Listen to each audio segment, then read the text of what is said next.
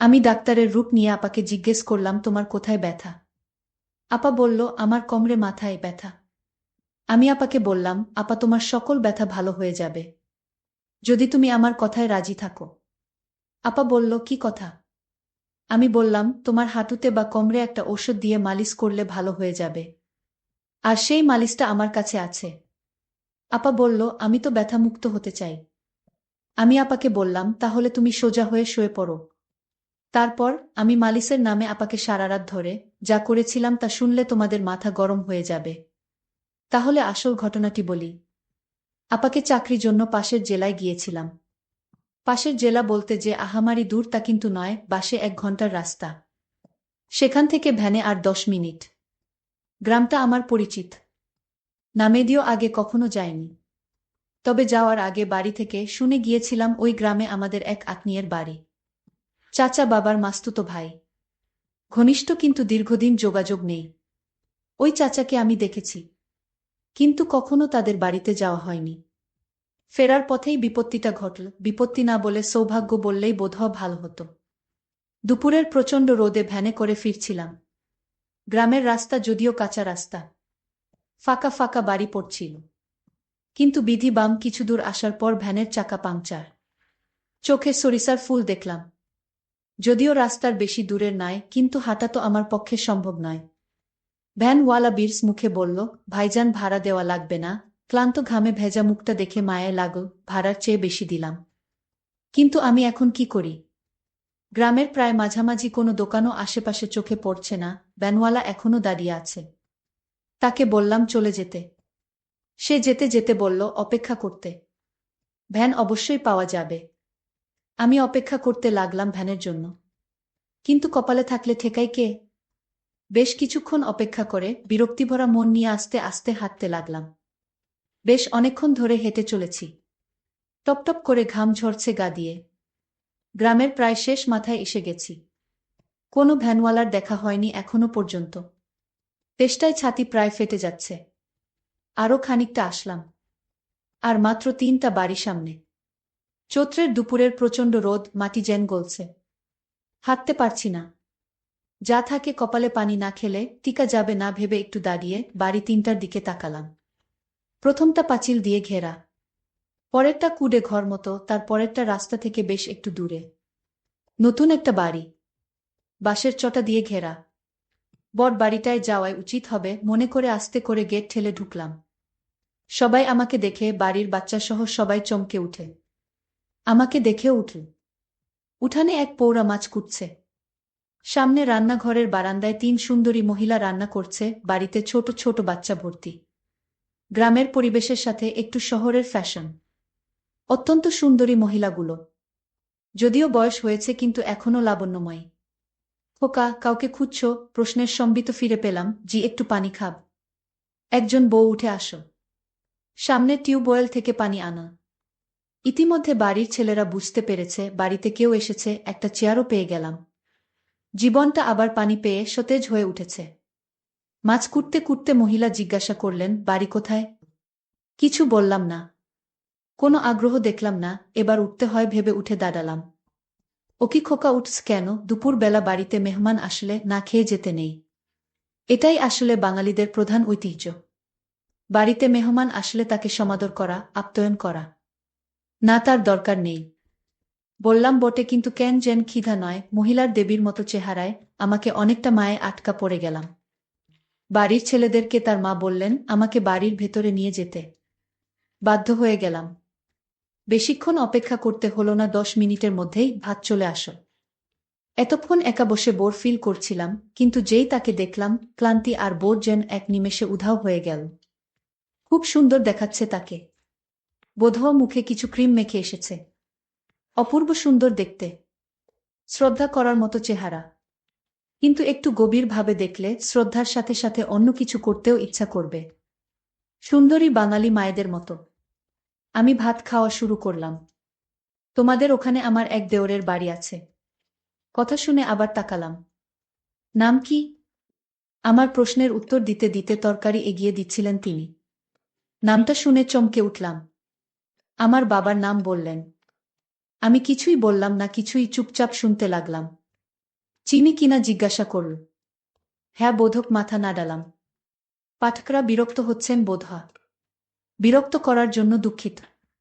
হঠাৎ করে পাওয়া এই আত্মীয় বাড়ি আর আত্মীয়ের পরিচয় দেওয়ার কারণ শুধু একটাই। তার মেয়ের চেহারাটা অনেক সুন্দর। যাই হোক, কিছুক্ষণ পরে চাচাও বাড়িতে আসলেন। খাওয়া দাওয়া শেষে বিশ্রাম, কিন্তু যেহেতু আমার সময় কম তাই চাচি আমাকে তার খাওয়া বন্ধ রেখে এগিয়ে দিতে আসলেন। ওই সামনের বড় বাড়িটা তোমার বড় আপাদের। ইতিমধ্যে জেনে গেছি আমার এই চাচির 4 ছেলে আর 2 মেয়ে। বড় মেয়েটার বাড়ি ওইটা। চল দেখা করে আসি। কোনো ছোটবেলায় তোমাকে দেখেছে। চাচির সাথে থাকতে কেমন যেন মায়া অনুভব করছিলাম। পৌঁছে গেলাম চাচির অল্প বয়সী ঘরে। অপরূপ সুন্দর এক মেয়ে। কোনো ছোটবেলায় তোকে দেখেছি। আসিস না কেন ভাই? আমরা তো পর আগে চাচা মাঝে মধ্যে আসতো। এখন তাও আসে না। রক্তের সম্পর্ক কি ভোলা যায়? একনাগাড়ে বলে চলেছে আপা। আমাকে পেয়ে যেন তার কথা ফুরাচ্ছে না। ও খোকন, দেখ কে এসেছে। বছর 20-এর এক ছেলে বেরিয়ে আসল ঘর থেকে। পরিচয় হল আপার ছেলে। ছোট নয়, 7 বছরের আরও একটা ছেলে আছে। তাকে দেখলাম না। শুনলাম স্কুলে গেছে। আরও অনেক কিছু শুনলাম। চাচি ইতিমধ্যে চলে গেছে।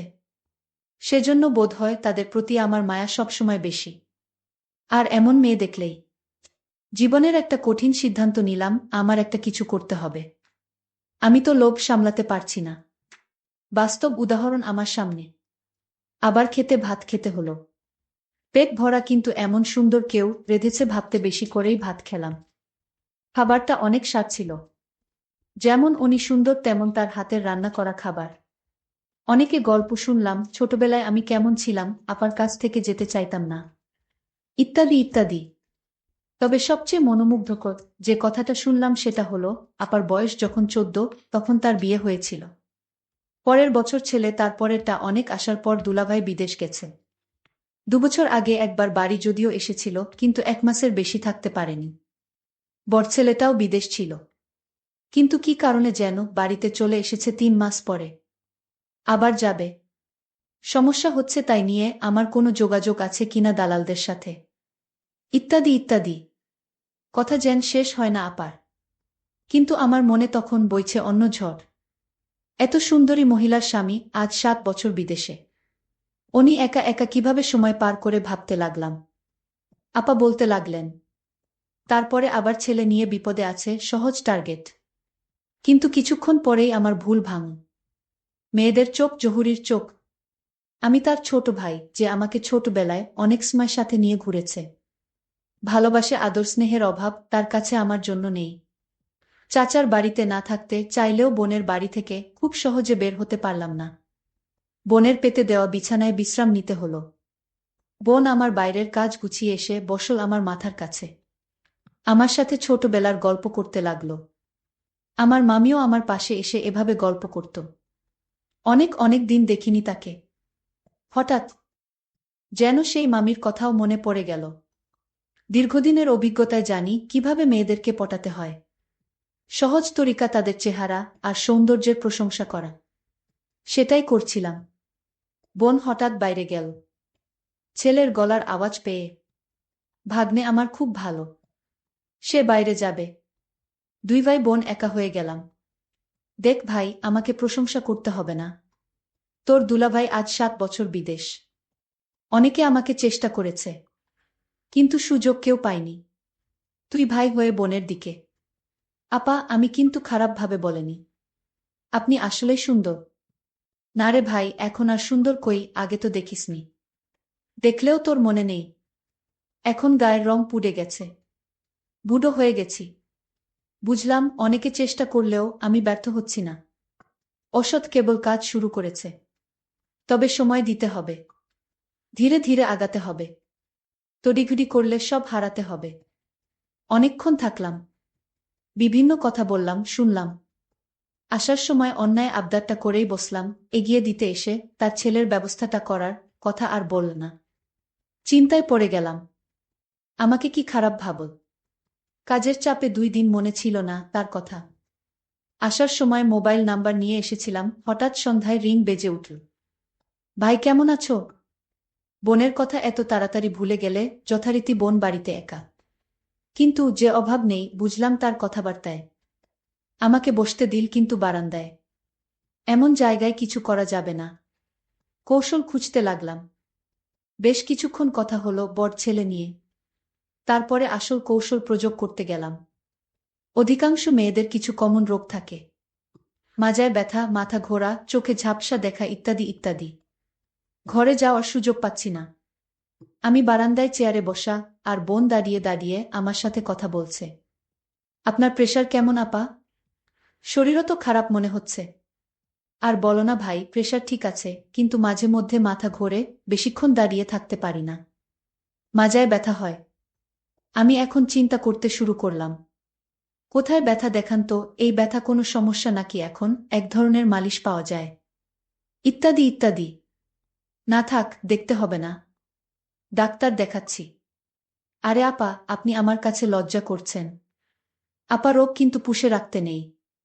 এমনি আপনার অল্প বয়সে বাচ্চা হয়েছে। এ সমস্ত উপসর্গে পরে কিন্তু বড় রোগ হয়ে যেতে পারে। আরও দুলাভাই বাড়িতে নেই, এখন যদি আপনার একটা বড় রোগ হয়ে যায় তাহলে আপনার কি হবে ভেবে দেখেছেন আপা? ঘরে চলেন দেখি কোথায় সমস্যা। পুরন অভিজ্ঞতায় জানি এ সময় তাড়াহুড়া করতে যেমন নেই, তেমনি আয়ত্তের বাইরে যেতে ও দেওয়া যাবে না। তাহলে সব শেষ হয়ে যাবে। আপার আগে আমি ঘরে প্রবেশ করলাম, জানালা এখন অবধি বন্ধ। বিছানার উপর মশারি ঝুলছে। নিজে আগে যেয়ে বসলাম। আপাও আসল, কিন্তু দূরে টেবিলের কাছে দাঁড়াল। আপনার কোথায় ব্যথা হয় আসলে? আপা বললেন কোমরে, আর বেশি মাথায় ব্যথা হয়। আমার মাথায় বেশি ব্যথা হয়। নিঃশ্বাস নিতে কষ্ট হয়। আমার প্রশ্নে আমি জানি কি উত্তর দেবে, কেননা পরিশ্রম করার পর সবারই নিঃশ্বাস নিতে কষ্ট হয়। আপা উত্তরও তাই দিল। অনেকক্ষণ কাজ করলে নিঃশ্বাস নিতে কষ্ট হয়। শরীরে ব্যথা হয় কি? পাকা ডাক্তারের মতো প্রশ্ন করে যেতে লাগলাম। না, হালকা হয় বোধ হয়। বাম পাশে না ডান পাশে? মাঝে মাঝে হয় বাম পাশে। এর আগে কোনো চিকিৎসা নিয়েছেন আপা? না, আমি এর আগে কোনো চিকিৎসা নেইনি। কারণ বাড়ির নানান কাজে আমার সারাক্ষণ পড়ে থাকতে হয়। আর তাই সুযোগ পেলাম কোথায় ডাক্তারের কাছে যাওয়ার। আপা তুমি চিন্তা করো না, আমি ডাক্তারি পড়ালেখা করেছি। আমি প্রতিদিন একটা প্রাইভেট ক্লিনিকে রোগী দেখি। তারপর বোন বলল, তুই এত বড় ডাক্তার হয়ে গেছিস, সেটা তো আমি জানতাম না। আজ জানলাম। আমি বোনকে বললাম, তোমার যত সমস্যা আছে আমার কাছে বলো, আমি সমাধান করব। তোমার কি শুধু মাথা ব্যথা? তুমি তো মিথ্যা কথা বলছেন আমার সাথে। আপনার তো হাঁটুতেও ব্যথা হয়। হ্যাঁ হয়। নিঃশ্বাস নিতেও কষ্ট হয়। আসেন তো বসেন এখানে। আমি তাকে বললাম, নিঃশ্বাস নিন তো জোরে। আপা নিঃশ্বাস নিতে লাগল। আমি বললাম, আপা আপনার হাঁটুতে ব্যথা কতদিন ধরে? আপু বলল, অনেক দিন ধরে হাঁটুতে ব্যথা। আমি বললাম, আপা আমি আপনাকে একটা মালিশ দিব, সেই মালিশ যদি হাঁটুতে ব্যবহার করেন তাহলে ব্যথা দ্রুত ভালো হয়ে যাবে। আপা বলল, দেখ ভাই, আমি কোনো কাজকাম ঠিকমতো করতে পারি না। একটু বাড়ির কাজ করলেই আমার হাঁটুতে ব্যথা শুরু হয়ে যায়। আবার নিঃশ্বাস নিতে কষ্ট হয়। আমি আপাকে বললাম, আপা আপনি চাইলে এই রোগ থেকে মুক্তি পেতে পারেন। আমি বললাম, কিভাবে ভাই? আপা আপনি শুধু আমি যা বলবো তাই করবেন, তাহলেই আপনার শরীর থেকে সমস্ত ব্যথা সরে যাবে। আপনি আগের মতো ভালো করে ঘরের সমস্ত কাজ করতে পারবেন। আর আপনার নিঃশ্বাস নিতে কষ্ট হবে না। আমি ভাইয়ের কথা শুনে অনেকটা সাহস পেলাম। আমার পাশে এত বড় ডাক্তার থাকতে আমি তাকে কি হাতছাড়া করতে পারি? আমি বললাম, ভাই আমার এখন কি করতে হবে সেটা বল। আমি বললাম, আপনার হাঁটুর জয়েন্টে যে ব্যথা সেটা সরাতে গেলে আমি একটা ঔষধ দিব, সেটা দিয়ে প্রতিদিন ভালো করে মালিশ করতে হবে। তাহলেই ব্যথা সরে যাবে। আমি বললাম, তাহলে ভাই দাও সেই ওষুধ, আমি মালিশ করে নিব। ভাই বলল, তুমি নিজে নিজে তা পারবে না। আমি একদিন দেখিয়ে দিব, তারপর অন্য কাউকে দিয়ে মালিশটা করালেই ব্যথা কমে যাবে। ঠিক আছে ভাই, তাহলে তুমি ওষুধটা দিয়ে মালিশ করে দেখিয়ে দাও। আমি পরে বুঝে নিব। আমি মনে মনে ভাবলাম, আপা এইমাত্র লাইনে আসছে। আসলে আপার সত্যি সত্যি হাঁটুতে ব্যথা ছিল। আমি বললাম, আপু আজ তোমার বাড়িতে রাতে কে কে থাকবে? আপা বলল, কে আর থাকবে, আমি আমার ছেলে, আর কেউ তো নাই। আমি বললাম, তাহলে আপা আপনি আজ একা রুমে ঘুমাবেন? আপা বলল, কেন? আমি বললাম, আপনার জন্য আমি মালিশ নিয়ে আসবো তাই। ও তাই, ঠিক আছে, আমি তোমার জন্য অপেক্ষা করছি। আমি আপাকে বললাম, আপা আমি ফার্মেসি থেকে আপনার জন্য মালিশটা কিনে নিয়ে আসছি। আপা বলল, তুমি আমার জন্য এত কিছু করছো। আমি বললাম, ভাই তার বোনের জন্য এইটুকু করতে পারবে না। আমি মনে মনে চিন্তা করতে লাগলাম। এতদিনের স্বপ্ন আজ আমার পূরণ হতে চলেছে। আমি বাজার থেকে আপার বাসায় আসলাম। আপা বলল, তোমার জন্য আজ ভালো কিছু রান্না করেছি। আসো খেয়ে নাও। তারপর রাতের খাবার খেয়ে আমি বললাম, আপা তুমি এবার রুমে যাও, আমি আসছি।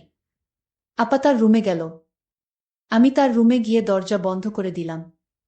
তারপর আপাকে বললাম, আপা আমি এবার তোমার চিকিৎসা শুরু করতে পারি। আপা বলল, না আমি তোমার লক্ষণ বুঝতে পেরেছি। আমি এইমাত্র চাচা আমার কাছে ফোন দিছিল। আমি চাচাকে বললাম, তোমার ছেলে নাকি ডাক্তার হয়ে গেছে। চাচা বলল, আরে কি বলো, ও তো মেট্রিক পাশ করেনি। তাহলে ও কি করে ডাক্তার হবে? ওর এসব ভণ্ডামি ছাড়া আর কিছুই নয়, ওর কথা তুমি বিশ্বাস করো না। আমি বললাম, আপা আসলে আমি। চুপ, তুই আর একটা কথাও বলবি না। তোর মতো মিথ্যাবাদীকে আমি কিছুইতে পছন্দ করি না। তুই এখন বের হয়ে যা। আমি তোকে অনেক বিশ্বাস করেছি, আর সেই বিশ্বাসের সুযোগ নিয়ে তুই আমার সাথে। ভাবতেই পারছি না। চলে যা আমার ঘর থেকে, তোর এই মুখ আর আমি দেখতে চাই না। আমি বাধ্য হয়ে আপার রুম থেকে বের হয়ে চলে আসলাম। আমার স্বপ্ন আর পূরণ হলো না। বন্ধুরা, আজকে গল্পটি কেমন লাগলো তা অবশ্যই কমেন্ট করে জানাতে ভুলবেন না। আর এরকম মজার মজার গল্প পেতে আমার চ্যানেলটিকে সাবস্ক্রাইব করে পাশে থাকবেন। ধন্যবাদ।